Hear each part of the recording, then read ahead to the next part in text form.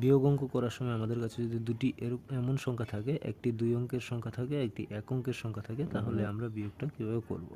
একটি 2 অঙ্কের সংখ্যা যেমন আমরা এখানে নিয়ে নিলাম 27, একটি তার থেকে বিয়োগ করতে হবে একটি 1 অঙ্কের সংখ্যা। তো 1 অঙ্কের সংখ্যা 2 অঙ্কের সংখ্যা থেকে যখনই আমরা 1 অঙ্কের সংখ্যা বিয়োগ করব, তখন 1 অঙ্কের যে সংখ্যাটা থাকবে সেটা 2 অঙ্কের সংখ্যার যে এককের ঘরের সংখ্যাটা থাকবে তার নিচে লিখতে হবে। তো এটা 2 অঙ্কের সংখ্যার এককের ঘরের সংখ্যা হচ্ছে 7, অর্থাৎ ডান পাশের যে সংখ্যাটা রয়েছে 7, সেই 7-এর নিচে আমাদের লিখতে হবে। এখানে আমরা লিখে দিই 1 অঙ্কের সংখ্যাটাকে 4 নিলাম, তারপরে বিয়োগটা করতে হবে।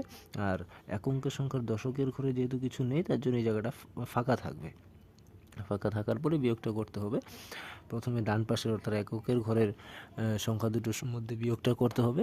যেটা রয়েছে উপরে 7 রয়েছে, 7 থেকে 4 বিয়োগ করতে হবে। 7 থেকে 4 বিয়োগ করলে আমাদের 3 পাওয়া যাবে।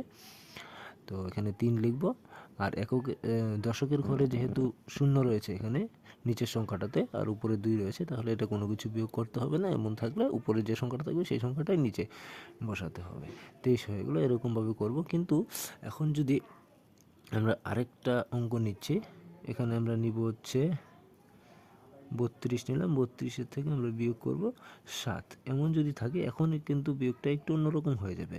এখন কেমন হবে, এখন কিন্তু আবার সেই 2 অঙ্কের সংখ্যাটা নিলাম 32, তার যে এককের ঘরের সংখ্যাটা রয়েছে তার নিচে আমরা এক অঙ্কের যে সংখ্যাটা রয়েছে সেটা 2-এর নিচে লিখলাম, কারণ 2টা হচ্ছে 2 অঙ্কের সংখ্যার এককের ঘরের সংখ্যা। তো এককের ঘরের সংখ্যার নিচেই অপর সংখ্যাটা লিখতে হবে, লেখার পরে বিয়োগ করতে হবে। আর দশকের ঘরের সংখ্যাটাতে এখানে কিছু থাকবে না, এটা ফাঁকা বা শূন্য। এখন বিয়োগটা করার সময় কি করতে হবে, যেহেতু উপরের সংখ্যাটা এখানে এককের ঘরের উপরের সংখ্যাটা যেহেতু এটার চেয়ে ছোট, সেই জন্য এটাকে আমরা 2 রয়েছে তাই এটাকে 12 ধরতে হবে। তো এটাকে যদি 12 ধরি, 12 থেকে 12 ধরে নিলাম, 12 থেকে আমাদের 7 বিয়োগ করতে হবে। তো 12 থেকে যদি 7 বিয়োগ করি তাহলে কত হবে, 5 হবে। 5 লিখলাম এখানে। 5 লেখার পরে তারপরে যেহেতু এই 2টাকে আমরা 12 ধরেছিলাম, তার জন্য এখানে একটা 1 নিয়ে আসতে হবে। এখানে যেহেতু 0 ছিল, এখানে যদি কোনো সংখ্যা থাকতো, মানে এই সংখ্যাটা যদি 2 অঙ্কের সংখ্যা হতো, এই সংখ্যাটা যদি 2 অঙ্কের সংখ্যা হতো, তাহলে এখানে যে সংখ্যাটা থাকতো তার সঙ্গে এই যে একটা যেটা আমরা 12-র সময় ধরেছিলাম, 2-এর সঙ্গে যে একটা নিয়ে আমরা 12 বানিয়েছিলাম, সেই একটা এখানে যোগ করতে হতো। যেহেতু এখানে কোনো সংখ্যা নেই, 0 রয়েছে, তার জন্য এখানে শুধু এই একটাই আসবে।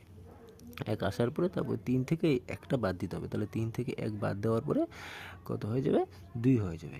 এরকমভাবে আমরা বিয়োগ করব যদি একটি সংখ্যা 2 অঙ্কের থাকে আর অপর সংখ্যা 1 অঙ্কের থাকে। যদি এখানে এই সংখ্যাটা ছোট থাকে তাহলে এই নিয়মটা অ্যাপ্লিকেবল হবে, মানে এখানে ছোট থাকলে এই সংখ্যাটাকে 10 যোগ করে নিতে হবে, ধরতে হবে। ধরার পরে 10 যোগ করে ধরার পরে এটা থেকে এই সংখ্যাটা বাদ দিয়ে লিখতে হবে। তারপরে যে হাতের একটা থাকবে সেই হাতের একটা এখানে নিয়ে এসে এখানে যে দশকের ঘরের সংখ্যাটা থাকবে এটা থেকে এটা বাদ দিয়ে এখানে লিখতে হবে।